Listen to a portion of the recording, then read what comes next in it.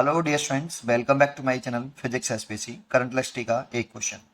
The given potentiometer has wire of resistance 10 ohm. ये potentiometer wire है AB, इसका resistance पूरे का हमें दे रखा है 10 ओम. कैपिटल आर मान लेता हूँ, चलो ठीक है.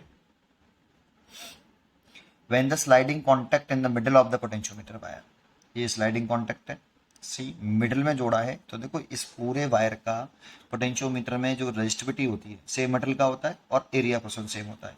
ए और रेजिस्टिविटी तो सेम है होती है पोटेंशियोमीटर में ही, और आर का लेंथ के साथ डायरेक्ट रिलेशन होता है. तो इसकी जो लेंथ है आधी आधी हो जाएगी भाई. अगर इसकी टोटल लेंथ एल है तो इसकी लेंथ हो गई L/2 ये, और ये भी L/2 हो गया. तो रेजिस्टेंस भी आधा हो जाएगा. तो इसका इस पूरे वायर का रेजिस्टेंस 10 ओम दे रखा था, तो 5 ओम इस साइड का हो जाएगा और 5 ओम इस साइड का हो जाएगा. AC वाले वायर का रेजिस्टेंस 5 ओम और CV वाले वायर का रेजिस्टेंस भी 5 ओम. ठीक है. The potential drop across 2 ohm resistor, इसके क्रॉस 2 ओम पूछ रहा है. बच्चों को लगता है कि इसमें तो करंट आएगी नहीं, क्योंकि उसको आदत होती है पोटेंशियोमीटर में कि नल पॉइंट ऑफ टर्न हो गया. भाई इसमें कोई गैल्वोमीटर ही नहीं है, ऐसा कुछ बोला ही नहीं है, तो इसमें भी करंट होगी, पहली बात. तो देखो यहाँ पर इसे करने के दो तरीके हो सकते हैं. एक पहला मेथड बता देता हूँ, पॉइंट पोटेंशियल मेथड से कर लें पहला, KCL लगा के नहीं है ना. तो पहला मेथड नंबर 1, दो तरीके से कर देता हूँ, जो आपको अच्छा लगे वो कर लेना. मेथड 1, तो पहले तो ये मानो कि ये लो पोटेंशियल है और ये हाई पोटेंशियल है. तो लो पोटेंशियल का पोटेंशियल 0 वोल्ट मान लो इसका, कि ये लो पोटेंशियल है तो इसका पोटेंशियल किसी एक पॉइंट का पोटेंशियल 0 वोल्ट मान लो. तो इस पॉइंट का पोटेंशियल बी पॉइंट का पोटेंशियल मैंने 0 वोल्ट मान लिया. ये हाई पोटेंशियल है, तो इसका अगर 0 है तो इधर से इधर आएंगे तो पोटेंशियल डिफरेंस कितना 20 है. तो यहाँ से इधर आएंगे तो पोटेंशियल बढ़ेगा 20 वोल्ट, तो इसका हो जाएगा 20 वोल्ट. तो देखो इस वायर के एंड के क्रॉस पोटेंशियल डिफरेंस 20 वोल्ट है. ये पोटेंशियल डिफरेंस था. ठीक है. अब देखो ये 20 है तो ये भी 20 वोल्ट होगा, क्योंकि यहाँ पे कुछ सिंपल वायर से कनेक्टेड है ऐसे, है ना. अब इसके अक्रॉस इसका कितना पोटेंशियल है, कुछ कुछ ना कुछ इसमें पोटेंशियल ड्रॉप होगा, इधर से भी होगा. तो इसका पोटेंशियल नहीं मालूम, तो इसका लेट कर लो x वोल्ट. जब भी हम KCL से किसी पॉइंट का पोटेंशियल लेट करते हैं, जैसे मैंने लेट किया x वोल्ट, तो इस पोटेंशियल को बाकी के सारे पोटेंशियल से बड़ा मान लेते हैं थोड़ी देर के लिए, है ना. सबसे बड़ा मान लो इसको, और सबसे बड़ा माना है तो इधर की तरफ करंट जाएगी ऐसे I1, इसका करंट इधर जाएगी I2, और इसका करंट इधर जाएगी I3. इस पोटेंशियल को इन सब पॉइंटों के पोटेंशियल से बड़ा मान लीजिए.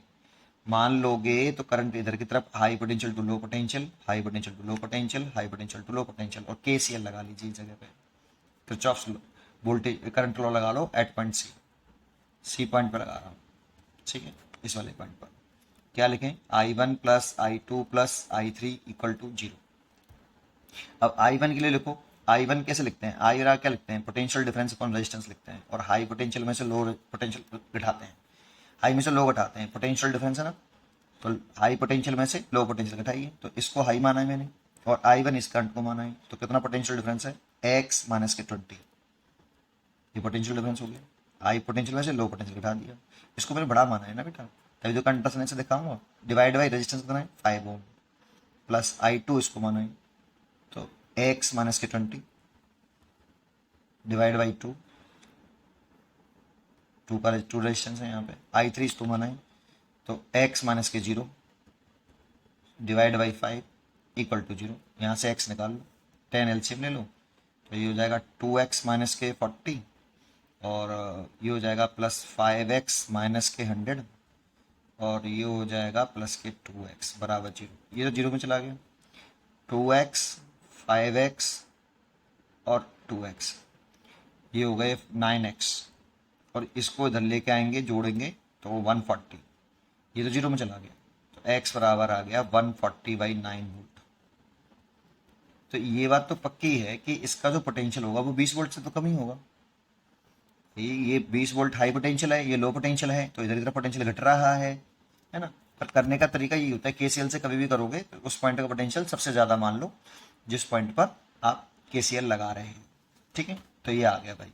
अब हमें ये बात समझ में आ गई कि ये जो डायग्राम था हमारा ऐसे,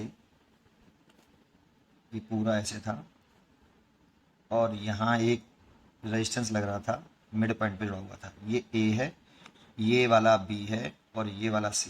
इसका पोटेंशियल तो 0 वोल्ट था और इसका पोटेंशियल था 20 वोल्ट, है ना, और इसका निकल के आया 140/9 वोल्ट, और ये 2 ओम है और ये भी 20 वोल्ट है। तो देखो इस 2 ओम के अक्रॉस ही तो पोटेंशियल ड्रॉप पूछ रहा है कितना है, the potential drop across 2 ohm register.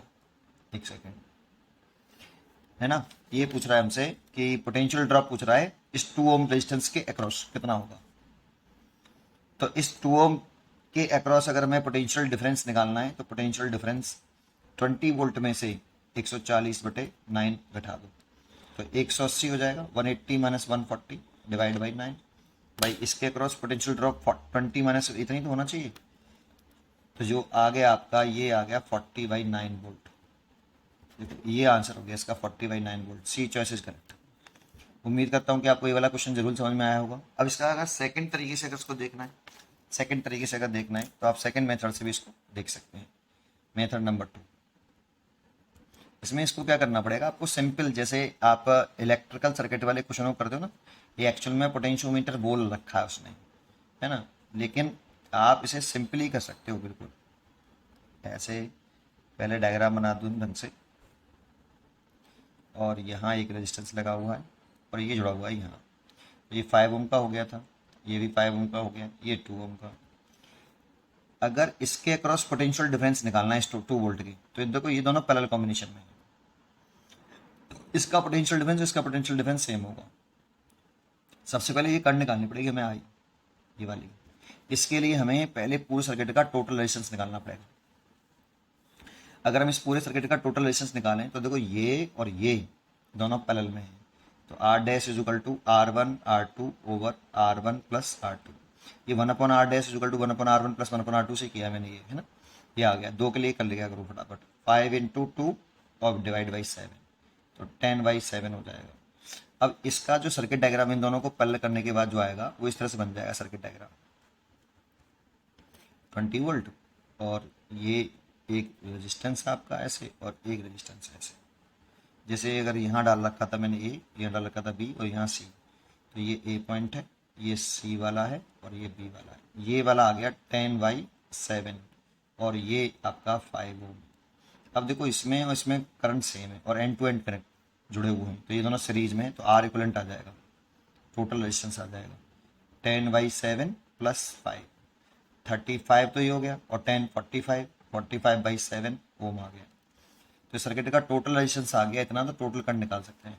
तो total current is equal to total EMF होता है अपॉन टोटल रेजिस्टेंस, है ना, ये फॉर्मूला होता है।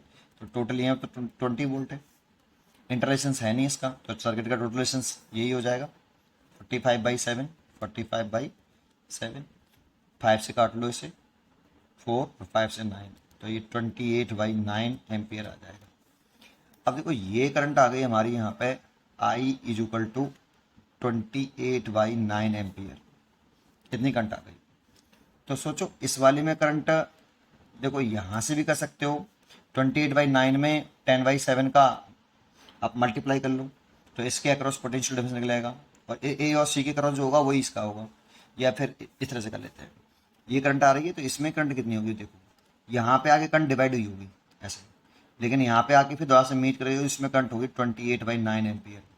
तो इसके अक्रॉस वोल्टेज निकालो आप V2, ये तो इसके अक्रॉस निकालो सारी चीज़ें इसी की। V2 इज इक्वल टू इसी का करंट इसी का रेजिस्टेंस 28/9 इंटू आपका कितना 5, 28/9 मल्टीप्लाइड बाई 5, है ना, तो ये आपका हो जाएगा कितना 140 बटे, इसका मल्टीप्लाई करो 140/9 वोल्ट हो जाएगा, ये वाला 140/9 वोल्ट। अब देखो ये टोटल वोल्टेज कितना था यहाँ से यहाँ तक 20, तो इसके अक्रॉस V1 होगा। पोटेंशियल डिवाइड वाला रूल लगा रहे हैं यहाँ पे, ये V टोटल पोटेंशियल डिफरेंस हो गया V, तो V बराबर V1 प्लस V2 होगा। V बराबर क्या होगा V1 प्लस V2, तो V तो 20 है, V1 निकालना है, और V2 140/9 है, तो V1 is equal to 20 minus 140/9, तो वही क्वेश्चन आ गया पूरा 40/9 वोल्ट। अब इस ए और सी के क्रॉस पोटेंशियल डिफरेंस आया 40/9 वोल्ट, और 5 ओम के क्रॉस भी यही होगा 49/9, और 2 ओम के क्रॉस भी यही होगा, क्योंकि दोनों पैरेलल कॉम्बिनेशन में पोटेंशियल डिफरेंस सेम होता है। चलिए 40/9 वोल्ट है ना। आप यह सीधा यहाँ पे भी कर सकते थे, इसके क्रॉस पोटेंशियल डिफरेंस निकाल लेते थे V1 10/7, कितनी करंट है इसके अंदर I, दैट मीन्स कितना है करंट, कितना कहाँ गया 45/7। ये देखो, आप इसको देखोगे तो 7 से कट गया कितनी बार, नहीं नहीं कट रहा, ये हो गया 450 और ये हो गया 49, 7 से कट रहा है ना। अब कट जाएगा 7 से, एक सेकंड, ये गड़बड़ कर रहे थे ना। V1 बराबर करंट तो कितना है बेटा, I इंटू आर लिख रहे हैं ना बेटा, इसका लिख रहे हैं इसका, तो I तो है आपका 28/9 और R है 10/7, तो 7 से कटा 4 बार, तो ये 40/9 डायरेक्ट निकाल सकते हैं 40/9 इसका। पहले इसका ना निकालो, इसका ना निकालो, डायरेक्ट ही कर लेते, एक ही लाइन में हो जाता है ना। पढ़ते रहिए और खुश रहिए।